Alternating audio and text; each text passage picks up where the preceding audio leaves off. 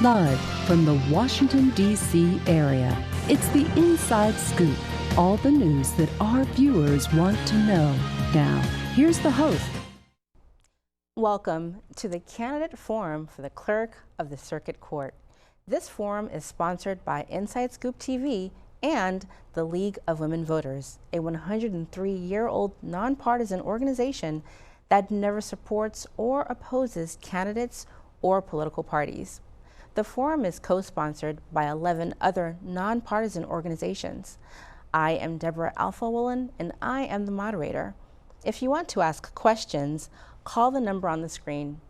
We will use as many questions as possible in our allotted time.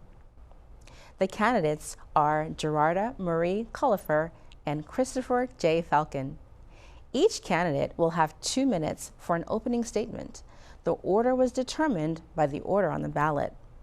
After opening statements, candidates will answer questions, and near the end of the forum, candidates will be allowed a 1-minute closing statement. Now, the opening statement from Ms. Cullifer. Well, thank you, Deborah, and thank you to the League of Women Voters and all of our co-hosts tonight. My name is Gerarda Cullifer, and for 10 years I've served you in the Fairfax Circuit Court Clerk's office. I'm a native of the DC area, right here. Went to Johns Hopkins University and then off to Tulane Law School. The Eastern District of Louisiana, working in some exposure in the federal courts there, and then clerking here at the United States Court of Federal Claims, which brought me back to Washington. Soon thereafter, I met my husband, Brian, and we began building our family. I'm very proud of building not only my family here in Fairfax, but also my career. I'm a member of the DC Bar and the Virginia Bar, and I've sat on the executive board of the Virginia Women Attorneys Association and the Northern Virginia Women Attorneys Association. I'm a proud and active member of the Fairfax Bar Association. Balancing that work in life is a key element to my leadership philosophy.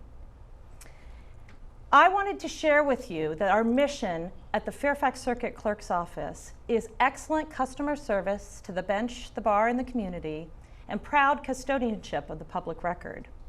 I have a vision for the future of our electronic courts, that's right, e-courts, to include digital trial practice for digital exhibits, and to expand on our virtual appointments, which we pioneered in the pandemic. Notably, our Fairfax Circuit Court office never closed during the lockdowns. And finally, I want to share with you my open source approach to our historic records. The clerk is an elected position, but it is not a political one. I ask for your vote. Thank you, Ms. Cullifer. Now the opening statement from Mr. Falcon. Hi, everyone. I'm Chris Falcon, and I am proud to be your Democratic nominee for Fairfax Clerk of the Court. I currently serve as Deputy Clerk, Civil Division Supervisor, and Legal Counsel at the Arlington Circuit Court. I have worked there for the past 9 years. I am proud to say I've served as a Virginia attorney for the past 15 years, and I worked in private practice before I came to work for the court system. I live in Annandale with my wife Jackie and our 3 kids, 2 of which are second-generation Fairfax County public school students, and I'm very proud of that. We're raising our family here because Fairfax County is the county where I grew up and where I received an amazing education from the FCPS public school system. The reason I am running is because over the past 15 years as an attorney here in Northern Virginia, I have seen my neighbors face barriers when they try to access the justice system.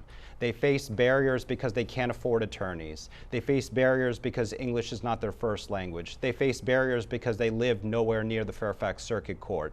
I am running to close those equity gaps and make access to justice a reality for my neighbors here in Fairfax County. And we've been doing that in Arlington, where I commute every day. I live here in Fairfax, but I go to work in Arlington.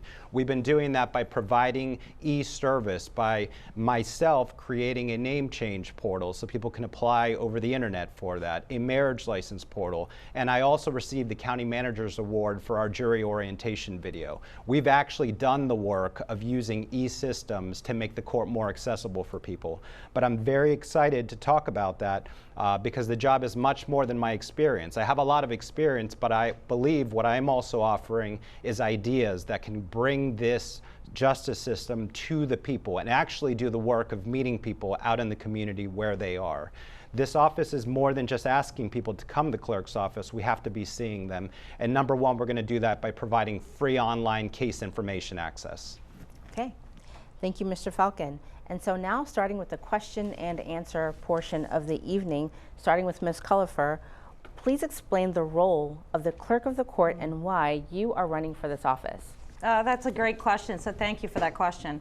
The clerk of court is really three different positions in Virginia. Now, throughout America, the term clerk can mean a lot of things. But in Virginia, what it means is that the circuit court clerk is the probate official, the probate administrator, the court administrator for the circuit court, which is the jury trial level court, and also the recorder of deeds. That's really three jobs in the one position of clerk. Now, the reason I'm running for clerk is with 10 years having led this office, I know the job and I love the mission. I see where we can expand on some of the really cool things we've done in Fairfax, like offering the virtual appointments, making your life a little bit easier. Better than just reaching out to you, why don't we meet you where you are for the appointments and transactions that you have to have with the court? I have 180 colleagues. They are awesome. They are paraprofessionals trained and fluent in the Code of Virginia, are over 800 mandatory statutory mandates. But the key is to grow these emerging court leaders. With my executive experience, I have the background and the broad-based knowledge to lead this agency. Yes, it's a local agency, it's a constitutional office, but it's really a state actor who serves a local function. That is why I'm running for clerk, to lead this talented group of paraprofessionals in our court to keep your experience excellent. Thank you, Ms. Cullifer. Mr. Falcon? Thank you. I love that question. I actually get it on the doors all the time when I'm meeting folks around Fairfax County and Fairfax City. They say, what is the clerk of court? And I say it's an 8-year elected constitutional office that registers all the wills for people that pass away in the jurisdiction. It's also where all the deeds get recorded.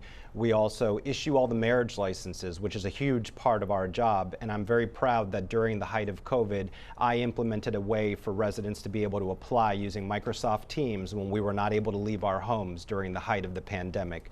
But we also issue all the concealed handgun permits, and I think it's important that we talk about that tonight, because a big part of my job is making sure that anyone that gets one of those has passed a clean background check before they are issued a concealed handgun permit. We also take all the ballots in after every election, after the registrar has done their part and made sure everything is counted. All of those come to the clerk of court. But one of the things I think is most important that we do is that we manage all the civil and criminal case information. And that's where I believe this office is lacking right now. Fairfax County Circuit Court is the only county clerk's office that is not currently offering free online case information access. And I believe we need to change that. What does it mean? It means if you get sued or you have a case pending in this court, you can't go on your phone right now and find out what courtroom you need to be in tomorrow. You can't find out the name of the person that's suing you in Fairfax Circuit Court. I believe that needs to be changed, and I have plans on doing that. Thank you so much, Mr. Falcon. Next question, starting with you. What qualifications set you apart for the clerk of the court position? Absolutely. So I've been working for the clerk of the court's office for the past 9 years, but I believe I have done it in many different capacities. I am currently the civil division supervisor. On top of that, I am the in-house legal counsel for our office, and I have represented us in both the federal court and in the state court system. I also handle our ballots program, and I was also our FOIA officer for 9 years until I had to unfortunately step down from that position a month ago to hand that over to someone else. But I've also been a practicing attorney. I have tried jury trials at the Fairfax Circuit Court, so I've both worked in front of the bench and behind it. So I believe I bring in varied experience. I'm also a small business owner, so I've had that experience before. I know what it's like having to do business with a courthouse, having to come in the middle of the day to do something in person. And I also feel the frustration of customers when they ask me, is there no easier way to do this? Couldn't I have done this online? I believe I will be able to implement solutions that say, yes, I don't want you to have to drive all the way from Mount Vernon or Herndon or Reston to come get a copy of a certificate that's on file with this office. I believe you should be able to use your cell phone and request it and pay with a credit card. I believe this office needs to be doing more to be sensitive to people's time. To me, I'd rather have you be able to stay home with your family than having you sit on I-66 or 495 to get to the courthouse in the middle of a workday. Thank you, Mr. Falcon. Ms. Cullifer. I actually have to correct you, Chris. It is important for you to know in Fairfax, you mentioned that somebody wouldn't be able to find their hearing information online for tomorrow. That's not correct. As anybody who practices in Fairfax knows, you can find online our online dockets. OSS is our online scheduling service. We also offer e-filing. We offer e-recording. We offer a marriage license pre-application that can be done, yes, from your phone. So many of these base systems that we've established over the years have been expanded on, and we stretched our legs with during the pandemic. Why? Because we never let your constitutional rights, your civil liberties stop in Fairfax. While other neighboring jurisdictions did close their doors and did shutter their windows and counters, Fairfax didn't miss a beat. That credit is owed to my terrific colleagues. With 180 of them, we are dedicated to serving the customers of Fairfax, all litigants, with equality and terrific customer service in every context. Now, I just wanted to make that correction because I think it's important to distinguish that my opponent doesn't really have much exposure to the Fairfax Circuit Court Clerk's office. He said a little bit earlier that he works in the Arlington Courthouse. Well, the Arlington Clerk's office is a much smaller operation. Less circuit judges, only 4, whereas we have 15. Thank you, Ms. Cullifer. Next question, starting with you. How does a person's political or personal political stance impact the work of the clerk of the court? This is a great question. As I said in my opening statement, the clerk of court is an elected constitutional officer, but it is not a partisan or politicized position.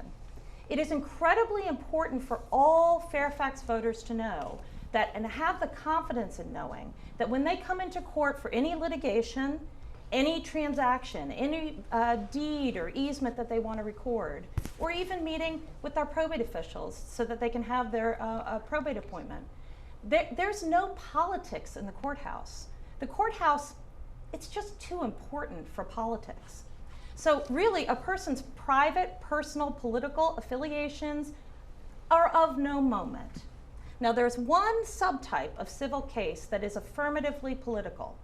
Under our over 800 statutory duties, one of them is to observe recount litigations, to administer those. In my over 10 years in the Fairfax Circuit Court, I have been able to oversee 9 recount litigations. And in that moment, we have to have a fluency with election law, but not with partisan politics, Deborah. Thank you for that awesome question. Thank you, Ms. Cullifer. Mr. Falcon. Thank you, Ms. Deborah. So just to real quick on the last one, Fairfax is the only court that doesn't participate in the free online case information system run by the Virginia Supreme Court. Only county that doesn't do that. Personal political stance should have nothing to do with this office. The administration of justice is a non-political activity. That said, unfortunately, over the past 9 years, I have had to fight for too many residents who have had to go up against people that are being partisan in Virginia. Just this last year, I had to fight for a couple where one of the individuals was non-binary and their marriage license was denied from being filed by the Virginia Department of Vital Records. I had to call this couple around Thanksgiving and tell them that their own state was telling me that they wouldn't file it because this person would not say they were male or female. So unfortunately, sometimes we do have to get involved in situations when other people are being political. Also, a couple of months ago, I found out that there was a clerk of court's office in another part of Virginia that was telling its residents that they didn't have the right to get divorced because they didn't have a social security number. So no, in my opinion, politics should never be involved in this office. But unfortunately, one of the things that does happen is you do have people out there that are letting their personal views interfere with the administration of justice. That will not be what you have with Chris Falcon as your next Fairfax Clerk of Court. I will administer this and apply the law evenly for all residents in Fairfax County. I will be a clerk for all of you. Thank you, Mr. Falcon. Okay, this next question comes from one of our listeners or watchers. Thank you so much, Ali in Fairfax. So starting over here with you, Mr. Falcon, he says, I have heard deed fraud is on the rise in the county. How would the candidates, or how would you address this problem? Thank you, Ali. That's a great question. I actually got that question from someone yesterday when I was at an event. One thing that other counties and places around the United States have done to prevent deed fraud is allow its customers and owners of property to enroll in a free system when you're notified when there's action on titles. So I actually served, I forgot to mention this earlier, briefly as the land records supervisor in my small jurisdiction of Arlington County. But during those times, I learned how that office is operated, and I think it's important to have that firsthand knowledge. But if there's action on title, people can sign up for notification systems. There's a lot of services out there that want to sell you a program that, to people that live around the county so that they're notified by a private vendor if there's any kind of action on your title. But I believe you should be getting that for your taxpayer buck. So that is something that your Clerk of Court's office under Chris Falcon is going to look to offer all people that live in this county, a free notification system, so that if anyone were to try to sell your property out from under you, because that's the nightmare we've all heard, right? Someone says that someone acted on their property and sold their house out from under them. But there are simple ways to do this. I don't think you need to execute a new deed or anything like that, but there are free systems that you can sign up for through the county clerk's office that would notify you if anyone is doing any type of thing on your title property. Thank you, Mr. Falcon. Ms. Cullifer. All right. Well, Chris, if you've been in the land records office, you know that if a fraudulent document gets recorded, you know that it's all come too late. A notification that would come to you letting you know something bad has happened has come too late. That's why in Fairfax, we have established two things. First, we've established a deed fraud alert checklist so that our recorders, before any bad actor gets a document over the counter or through our e-recording, before anything like that happens, we flag the indicators for these frauds. Ali, you're quite right. You're quite right. Deed fraud is on the uptick. But thankfully, with our talented public servants in our land records office, we're stopping that before it even gets to the point where you would be noticed. But second, it got me thinking. I started to think about what would it mean if somebody could put a protective lien on their own property. So let's say, for instance, they're targeting vacant properties or properties that don't have a mortgage. If you owned your home outright or had a free and clear property, you could file your own protective lien. This would be a statutory consumer protection. I've already talked to my friends in the legislature about it this fall, and I look forward to working with our General Assembly to get this consumer protection available for you. Okay, thank you, Ms. Cullifer. Next question from Eleanor in Fairfax City. What is your approach when the Code of Virginia is unclear, and what makes a final determination? That is an awesome question. That question actually gets to the heart of why my experience both in the Virginia Bar and the Fairfax Bar Association and with the Virginia Women Attorneys Association matters so very much in my role as the clerk. So very often the General Assembly will go down in Richmond and they'll either expand a law, they'll improve a law, or they'll create an altogether new law. Now those usually take effect July 1st, so in June every summer when kids are getting out of school, all of the talented workers in the courthouse are learning these new bills. Now, what will happen is when our folks get together for legislative trainings, we start asking what is the downstream consequence at the recording counter, at the clerk's counter, in the courtroom. We ask these probing questions and we ask them of the Supreme Court of Virginia, which administers the legislative changes. We read the law out loud. Now I say that's my approach because as a team, sometimes you just have to take the time to read the code. It's a base core function of what we do. Now the final decision maker when the law is gray is always going to be your elected clerk. which is why my experience matters so much. Also, one remedy is that if there's if there's a law that's unclear, we can ask for guidance and write for an attorney general opinion. That's often used when there's a certain amount of uncertainty. Thank you, Ms. Cullifer. Mr. Falcon. So one of the things that we do when the code is unclear is you consult with your deputy clerk and legal counsel. And I am proud to serve in that capacity, because one of the things we do every single year when the new laws come out is we do a thorough review of all of the laws that affect the court system and the administration of justice. And I'm very proud that I have done that for the past few years. We then meet with the clerk of court. We also have meetings with the staff from judicial chambers, with the judges, with the other stakeholders in the system. I'm proud that I've also done that with our local police department and our sheriff's office and our Commonwealth's attorney. Part of this job is forming partnerships with all of those different organizations. And right now, to be frank, that's lacking in Fairfax with the current clerk of the court's office and their administration. We need to be working with all of those different offices in Fairfax County to have a fully functional, good judicial justice system. But this did come up recently with marriage officiants. And what I also did after talking it out with the clerk of the court and checking with our Clerks Association, because all of us clerks are part of the Virginia Circuit Court Clerks Association, and we can talk to each other and say, this law came out, how is your reading of it? And one of the things we did was then we checked with our local delegation of state delegates and state senators and asked for clarification. And sometimes, just sometimes, you do have to say this law needs to be clarified. The next time you're in session, you need to address this specific thing because it's confusing everyone. Okay, thank you, Mr. Falcon. Next question from Carter in Vienna. In doing genealogy research, it is difficult to access old land records.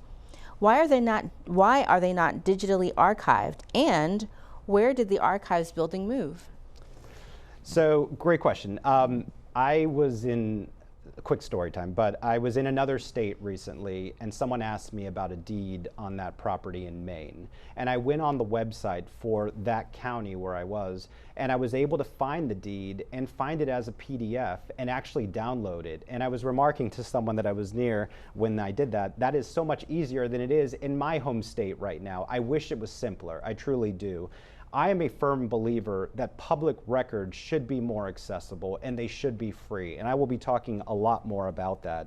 But our land records, there's a lot of them in Fairfax County. I'm sure Ms. Cullifer is going to talk about that in just a minute. But they would be incredibly expensive to digitize everything back to the 1700s, would it not? So those records are something that we are going to work on digitizing as far back as we can. But it would be an enormous undertaking to put it all onto the public record. But I do believe that people that are residents and taxpayers here in Fairfax should have free access to their case information, free access to their records. But we also have to be careful with the potential for bad actors in the system. So I will do that, and I will also weigh it out while also keeping in mind people's private information and their public records and access to those records at the same time. Okay, thank you, Mr. Falcon. Ms. Cullifer. Okay, this is a great question. In Virginia and in Fairfax specifically, the clerk of court has to balance two really terrific and important competing interests. The first interest is a First Amendment right to public courts, right, to public records, to being able to go into the courtroom. That's a First Amendment right we all enjoy. It gives us confidence in our court system. The second side of the balance is understanding that the Fairfax Circuit Court, as compared with federal courts or compared with traffic court or small claims court, the Circuit Court is what I call the court of hearth and home. Now, as Chris mentioned, mortgages, deeds, easements, things that relate to your single largest asset, your home, are very, very public and revealing information. In Virginia, we've struck a balance. We, in Fairfax, offer CPAN, our Court Public Access Network. That allows a subscriber to access these records that have a great deal of detail about your home, your property. As we talked about earlier, deed fraud and bad actors do exist. The CPAN allows you to access it, but the subscriber agreement, which is a threshold demand, allows us to monitor with best practices in cybersecurity to make sure no hackers or data miners are trying to access not just your information, but the 64 million records we hold. Thank you so much, Ms. Collifer. Okay, this next question is from Nancy in Alexandria. What plan do you have for recruiting and retaining top talent in the Fairfax Court? Ooh, this is a great question. Thank you. It was Nancy. Thank you, Nancy. With 180 colleagues, with 15 circuit judges who we support, with 35,000 new cases initiated in our court every year, with as many as 300,000 transactions in our land records, it is critical that we develop emerging court leaders.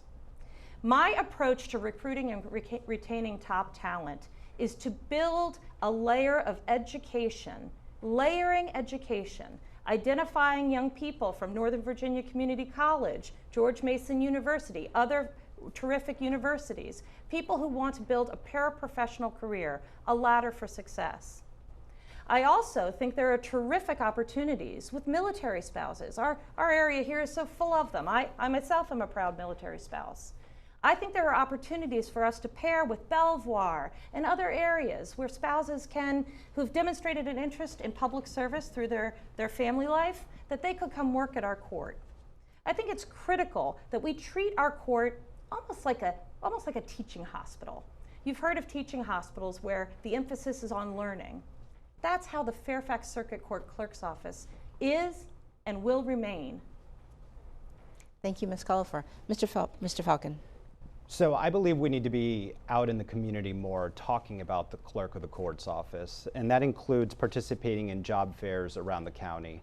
One of the things that's been most striking for me as I have been going around these past 17 months talking to people is that they didn't even realize this office was a thing, that it existed, that it was an elected office for 8 years. So that is not going to be a problem with me, because I am going to be doing much like Jackie Smith is doing excellently, by the way, out in Prince William County, and bringing the services out into the community. The Clerk of Court of Prince William has this thing called Seals on Wheels, where she goes out around Dumfries, Woodbridge, and different parts, meeting people and talking about the office. We're going to do that, and we're also going to participate in job fairs. But I love bringing in new talent, and part of the reason and way that we can retain them is by having them believe in mission. And the mission of this office should always be providing true access to justice for all the residents of the jurisdiction you serve. We're going to do that. And I also think what we need to be doing, Fairfax County is a beautifully diverse place. I am proud to be someone who did not speak English first. I spoke Spanish first. And we have amazing talent in this county that wants to come work for the court system. And I believe that providing excellent customer service includes providing service in other languages. So when I'm hired, we're going to have the customer service positions offer multiple languages. Thank you so much, Mr. Falcon. As we prepare to go for a break, please make sure you don't go anywhere as we continue our conversation with Chris Falcon and Gerarda Collifer for the candidate forum for the Clerk of the Circuit Court of Fairfax County. We'll see you soon. You made your house a reality. Homeschooling yourself on loans, color-coding listings, and flushing every toilet in a 20-mile radius. If you can ace house hunting, you can do it for retirement. Get on track with tips at aceyourretirement.org. Here's to the things that can keep us safe. Those we use all the time with hardly a thought. Those that are silently standing by to save our lives. And now, those that we carry with us everywhere we go. Many mobile devices will now bring you wireless emergency alerts, real-time information directly from local sources you know and trust. With the unique sound and vibration, you'll be in the know.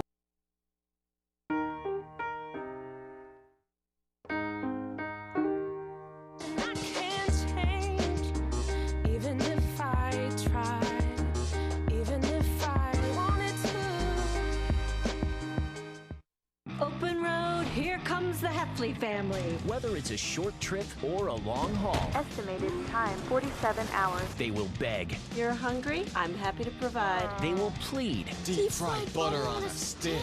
But whatever you do, Don't wimp out. Now you're talking. Make them buckle up. He can't hurt. Remember, safety first. Cheese curls second. Are you orange? We're back to the Inside Scoop. Here again, your host. And thank you so much for coming back and joining us on Inside Scoop as we continue with the candidate forum for the Clerk of the Circuit Court of Fairfax County. So we are going to take another question from Lenny in Vienna. Thank you so much for our viewers that are watching the show and sending in these great questions. So starting with you, Mr. Falcon, Lenny says, you have said the position is not about parties and politics. Why then are you running as a candidate for a political party? Great question, Lenny. So when you decide to run for office in Fairfax County and in Virginia, you get a choice. Do you want to run as a Democrat? Do you want to run as a Republican? Do you want to run as an independent? I am proud to say that I am a member of the Democratic Party, and that is the absolute truth. So that's why I ran. I stand for public education. I stand for public access to case information. I believe everyone has a right to their public case information. I stand for access to justice for all. I am proud to participate in legal aid, and as soon as I passed the Virginia bar, I enlisted in serving with Legal Services of Northern Virginia, representing people who were being evicted during the housing crisis. So yes, I am running as a Democratic candidate for Clerk of the Circuit Court. The job itself is nonpartisan, but you get a choice. So I proudly chose D after my name when I filed for this position, but I appreciate the question. Thank you, Mr. Falcon. Ms. Cullifer. Yes, thank you for the question. On the ballot that you'll cast this year for Clerk of Court, there is no party designation. What a beautiful, beautiful reminder that is, that our Fairfax Circuit Court is promised to no party. As Clerk of the Fairfax Circuit Court, I will be serving all people from all around Fairfax, the city, the county, from Mount Vernon to Herndon, Clifton, all the way to Falls Church. Now, you don't register with a party when you register to vote in Virginia. I think that's terrific. That means every one of you gets to walk into the polling place this November 7th, and you owe nothing to any party.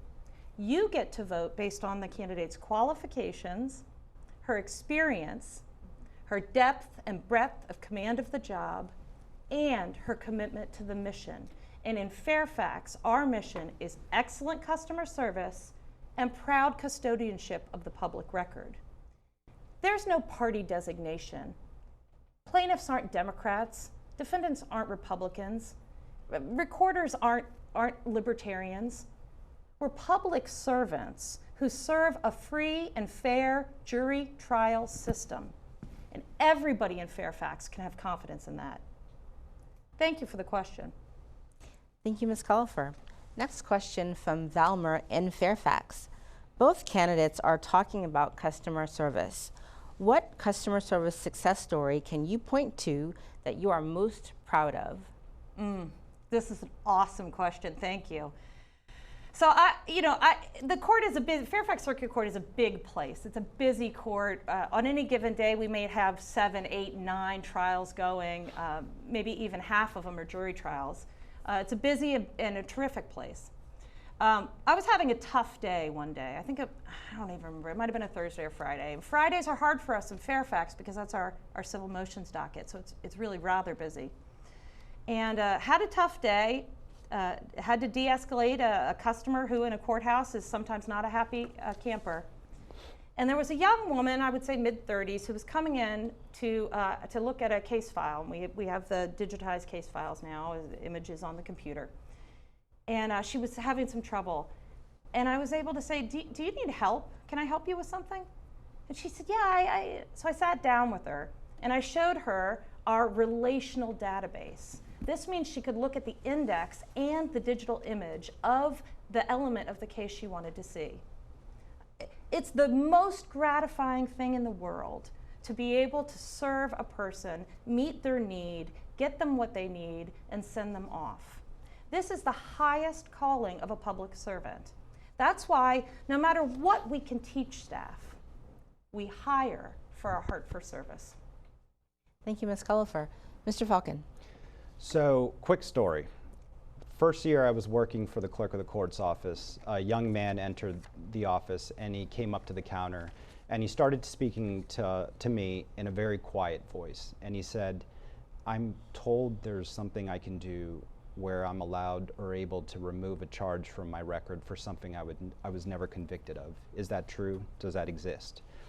And I said to him, "Yes, it does. It's called expungement." And I had just gone through our website and completely revamped it to make it more user-friendly for people to be able to handle this on their own without needing attorneys. So I was able to hand him this how-to step-by-step document. And he actually, after he'd read it and we had talked a bit, he went down to our law library and he completed a petition for expungement and he brought it back up to file with us. I remember when he came back 8 weeks later and he had those charges removed from his record, and he was ecstatic because now he was going to be able to move on with his life and not have charges come back and haunt him for things he was never convicted of. After that, I decided we need to be doing what, I'm going to say her name again, Jackie Smith is doing in Prince William County by offering free expungement clinics around the community where people can come out to a neutral location and file paperwork and meet with lawyers for free to remove charges from their records so that those things don't haunt them. We have done that twice in the past year in the Arlington Circuit Court. So we may be a small jurisdiction, but we are providing amazing customer service to our residents. Thank you, Mr. Falcon. Next question, starting with you. What are some of the fees the public is charged? And if elected, are there any you would work to change? Yeah, absolutely. The fees that people experience in the justice system and the court system can be huge. One of the biggest issues that has come up the most, actually, as I've gone around the county, is the affordability issues that are affecting people day to day right now in Fairfax County. People are struggling to make ends meet, and I look to see if there's any way we can reduce court costs. And I'm going to come back to the expungement clinics. One of the positives that came out of that when we held one of those clinics a few weeks ago is that we found nonprofits that paid for the filing fees so that people didn't have to pay the $91 fee to file a petition for expungement. $91 is a lot of money for some people. That might mean the difference between making rent payment that month. So I'm going to be, and I'm on record tonight, that I will be looking at all fees. Are there fees that we can find partners to support and pay for our residents? Are there programs where we can find free legal assistance? I've been very proud to partner with the St. Anthony's Legal Aid Clinic, Legal Services of Northern Virginia. I have volunteered for Legal Aid Justice Center. There are a lot of nonprofits and legal aid organizations out there that are willing to help residents, but you have to ask them. You have to make these partnerships. But the fees, admittedly, are a lot, and we try to find ways to lessen that for our residents because it's a lot of money. Thank you, Mr. Falcon. Ms. Cullifer. Chris, as you know, under the Virginia law, expungements are refundable fees. You know that. So I just want to remind everybody, it's terribly important we have a complete, fluent understanding of the court processes that are born out of the Code of Virginia. It's terribly important for all of our staff, all of my colleagues, to be well versed in what the rules and the laws establish. Mr. Falcon pointed out that there are folks who can apply for an expungement. That's a civil relief for somebody who might qualify. If you're paying attention to the General Assembly, you know that in the past few years they've expanded the ease with which you can get an expungement to include the refunding of that fee. So good news, if you're applying for an expungement and it's granted, you get a refund of that filing fee. Good news. In other fees, I would say my approach to the access to the records would be that we simply must keep our court public access network and that subscriber agreement I talked about. All of that requirement, that cybersecurity, all of our terms of agreement, terms of use, I must have that to keep your records safe. Now, I wouldn't mind lowering the cost of subscribing to our CPAN. So I'm open to that. Thank you, Ms. Cullifer. Okay, another question from our audience. This is from Lamia in Falls Church. Given that Fairfax is a large and diverse community, how would you make access to justice available for members of the community who are not fluent in spoken or written English? This is a great question, and it gives me a chance to point out that Chris mentioned about the languages. I am really proud to tell you that in Fairfax, that because we are such a diverse community and our customers are so diverse, we translate over 139 languages and dialects. On staff, we have over 24 languages of folks, the most common, for instance, Spanish, Vietnamese, Korean. And we're proud of making sure that all people who come into the court can have meaningful access. As a matter of fact, I'm active on our newly established Fairfax Access to Justice Committee. This is a local committee established under the Virginia Supreme Court's Access to Justice Commission. Now, one thing about the languages, it's terribly important to understand that there are limits to what the clerk's office can do. We have to be very mindful, all of my colleagues, that we don't inadvertently, in trying to offer great customer service, participate in the unauthorized practice of law. So while we can talk to you about how to approach it, and we have all of our procedures translated, we can make that available to you, we cannot practice law, nor should any candidate encourage our staff to inadvertently practice law. Okay, thank you, Ms. Cullifer. Mr. Falcon? Thank you for that question. So before I get to that, expungement fees are only refunded if they're granted. People still have to pay them up front. So access to justice and language issues, absolutely. I am on record that customer service positions will be compensated with language premium. I don't think any clerk should ever be utilized for their language abilities without being compensated fairly for that. As I've gone around the Commonwealth, and pardon me, the county, Fairfax County, this past 17 months, I'm very proud to have been able to talk to people about my parents' experience when they came to this country. My dad is an immigrant, and he came from Peru in 1971. My mom came from Ecuador in 1968. I know, and this issue is personal to me, what it's like when people go to a government office and can't get in-person service in their native languages. So it is very important to me to be able to hire a diverse workforce that speaks Spanish, Korean, Vietnamese, Arabic, Amharic.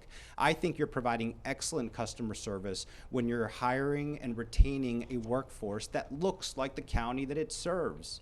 One of the happiest, we talked about customer service moments earlier that I had, is when people walk up to me in the clerk's office when they see me at the counter, because I'm one of those managers that also rolls up their sleeves and goes up and helps my staff, and they say, and they walk up, and then I get a quizzical look, and they say, ¿Hablas español? And I say, claro que sí, ¿cómo le puedo ayudar? Of course I speak Spanish. How can I help you today? That is a beautiful thing. We shouldn't shy away from offering service in other languages.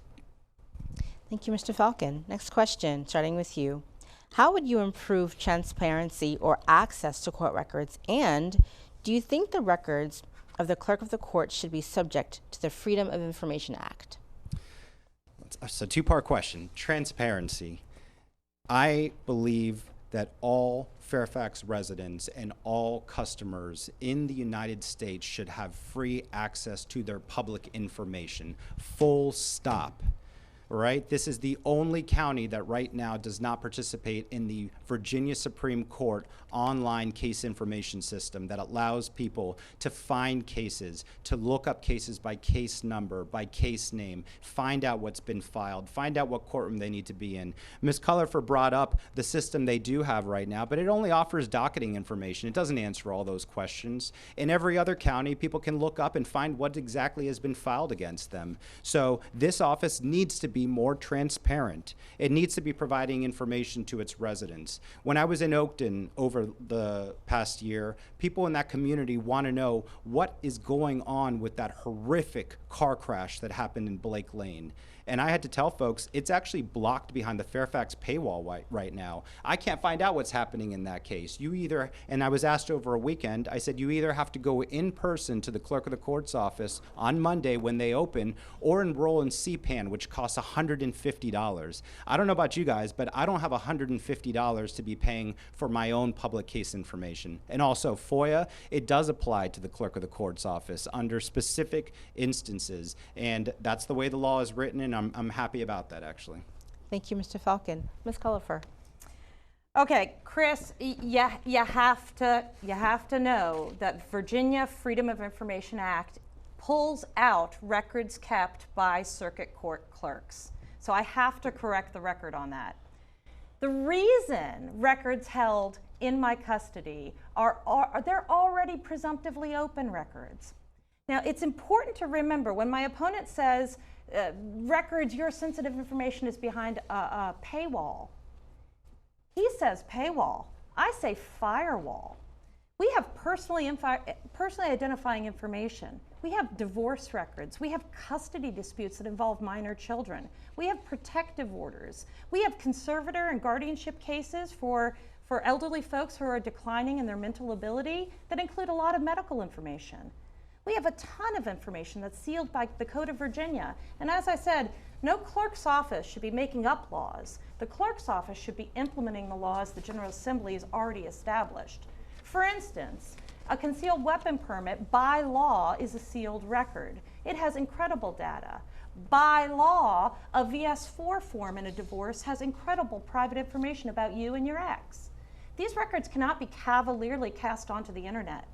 Too many data miners and bad actors couldn't wait to get your records. So I believe in a reasonable and responsible custodianship of your private information, as well as making it available when public. Okay, Ms. Culliford, thank you so much. Next question, starting with you. Should the office, and I guess this kind of piggybacks off of the previous one, should the office of the clerk of the court publish reports about efficiency, financial matters, and hiring practices? And if so, how would this be helpful to the public? This is a great question. Good news, Fairfax, we already do it. Check our annual budget. We write it every year. We have the budget narrative, and we have what are called performance measurements. And in that document, it's about 16 pages long, so I don't know how many people really want to read the budget, but in it you'll see the very thing, right? A dashboard of our efficiency. How many probate appointments we take, how many we get through in a month, how many land records we've recorded, how much staff time is spent on IT support, one of our favorites, how quickly do we get our civil cases to closure? That's how quickly do I get our divorces closed and our contract cases closed. We have what's called a differentiated case tracking system. This allows us to be a highly, highly efficient state trial court. Why? Because in Fairfax, we're the largest state trial court in the whole Commonwealth. With 15 judges and all those tens of thousands of cases, we are a rocket docket with an ops tempo that's unparalleled, which is exactly the reason, voters, why you need to understand that our complicated, sophisticated relational database, our full court enterprise system, which does more than silo case indices and silo digital images of your case records and silo a general ledger. This relational database is nimble, it's thoughtful, it's smart, and it allows for really terrific, swift adjudication. Okay, thank you, Ms. Culliford. Mr. Falcon. I've reviewed the Fairfax budget document, and it does not answer all of those things. As a taxpayer, I believe that we need to be transparent about how we're utilizing your money. Right now, this office wastes your time and money entirely too much. So that document will be more robust when I am the clerk of court, and we will answer those questions. But since we just got back onto online case information access, absolutely, that is the key issue in this race for clerk of court. I am on record that you should not have to pay for your public case information. Full stop. You should never have to pay to find out what courtroom you need to be in tomorrow, who is suing you, when was your order signed. I have repeatedly heard complaints from my friends who practice in this jurisdiction that it takes them entirely too long to get copies of their orders back.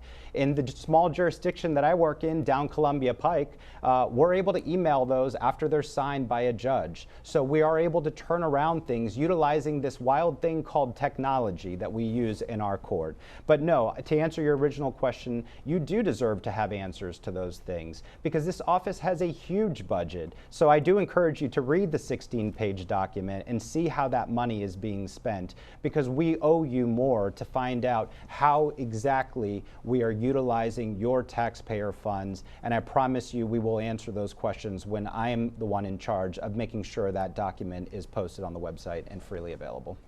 Thank you, Mr. Falcon. Next question, starting with you. You have a law degree.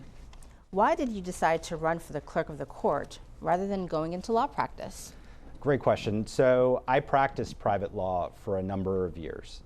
After I graduated from law school in 2008, I was an active litigator. I tried multiple jury trials in the Fairfax Circuit Court, and I'm proud of that. So I was a trial lawyer until my birthday, December 14th, 2012. And if anyone knows what happened that day, that was the shooting at Sandy Hook.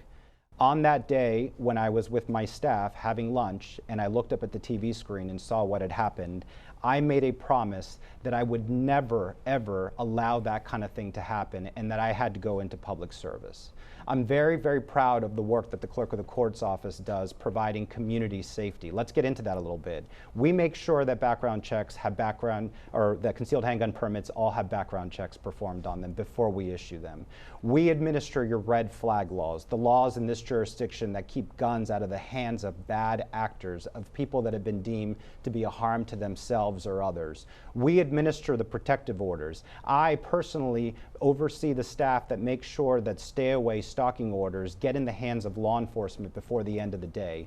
So that is why I got into the Clerk of the Court's office, because I was ready to give back to my community and do that through public service. And I've decided to make a career out of it. Obviously, the voters get the final say on November 7th or earlier, but I'm very happy with the work that I do. Thank you, Mr. Falcon. Okay, next question starting with you. Did you get I lost my place. Deborah, you're on track. Okay. Thank you so much. Don't worry, Deborah, you're good. Okay. You didn't answer the question. Go ahead. Not yet. Okay. But I'm delighted to. Okay.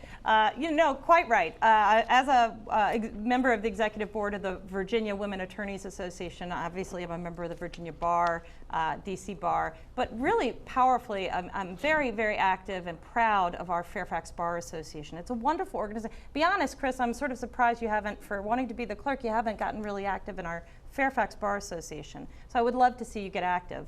The reason the clerk's office in Virginia is so interesting and appealing is that, as we started out earlier in the evening, it serves so many core functions of government. And it protects so many civil liberties. The term clerk can be deceiving. It can sound like somebody pushing paper from left to right, or clicking maybe our e-decree, which of course our relational database allows for really fluid e-filing and e-decree send out. But it's far more than that. It's actually your First Amendment right, your Second Amendment right, your Fourth Amendment right, your Sixth Amendment right, your 14th Amendment right, and even your 19th Amendment right. There are so many civil liberties and powerful fundamental freedoms that are protected in our court, which is why I really believe that we should not be politicizing our courts. I cannot tell you how many people I've met on the campaign trail this year who have lost confidence in institutions, lost confidence in the courts and politicians. Thank you, Ms. Cullifer. Okay. Next question, starting with you. What criteria should voters consider when choosing the next clerk of the court? This is a good question. As we've described, Chris and I both have described, the clerk of the court is not a political position.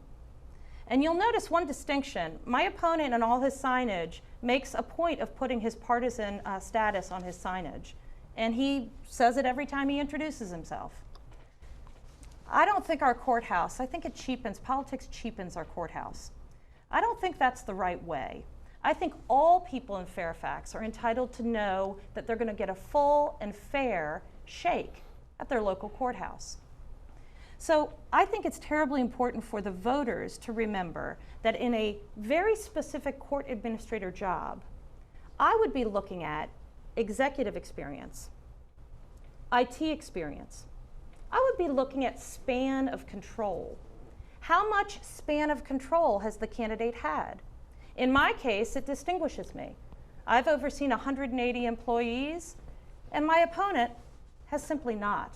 Much smaller court, much smaller operation, far less experience. So those are the criteria I would heavily recommend that every voter, regardless of how you consider yourself, consider. I think of you as a customer, not as a partisan.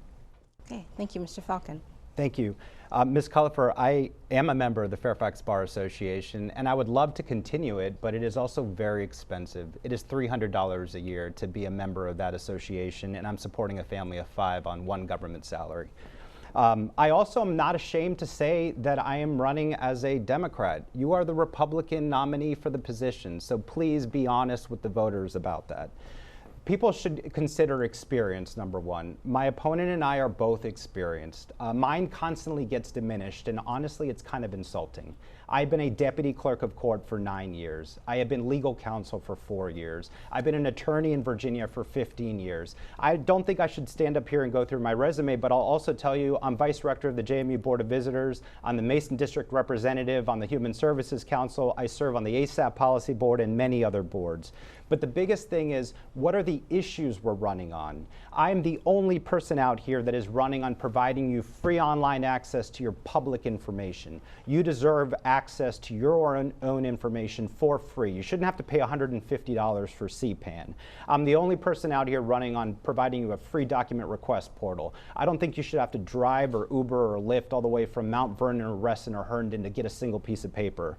I also believe in providing remote satellite offices in faraway parts of the county, and there's free space to do that in the North County Government Center and the South County Government Center. So the issues, I believe, are the most important, and that's what separates us. Okay, and Mr. Falcon, and go ahead and make your closing statement. You get 1 minute. Thank you very much to the League of Women Voters and to all the other sponsors for this opportunity. It is, it's pretty cool to be running for office. I started in elementary school 37 years ago at Pine Spring Elementary as a 4.5-year-old child that was just learning the English language. I sit here before you today as a candidate countywide for an important position that I have so much respect for. I've put in the work, and I believe that the voters should listen to the issues that we are running on. My opponent continues to make this about partisanship, but yet she is the only one that is bringing that up tonight. It has been brought up numerous times. Come back to the issues, folks. And those include free online access to case information. They include a document request portal to allow you to get copies of your records and not waste your time. They include providing you service at remote satellite offices. Thank you, Mr. Falcon. Ms. Cullifer. Thank you to the League of Women Voters. My name is Gerarda Cullifer, and I'm asking for your vote. And I'm asking for your vote because this is an 8-year term constitutional office. It is a terribly important one that requires both experience, which includes the reasonable and important security of your information. We cannot be cavalier. Let's not be cavalier about the sensitive, confidential, and personal information within the records that we're in custody of. I want to talk to you about the future of our court. Digital trial practice, our new app, iScriv, which is going to allow more people, like visually impaired people and young people who don't read cursive, to see these original handwritten records and understand them. This is the future born of experience. I ask for your vote. Okay, and thank you so much for joining us on Inside Scoop. Please make sure you vote in November. Have a wonderful evening, and thank you again for joining us for the candidate forum for the Clerk of the Circuit Court of Fairfax County.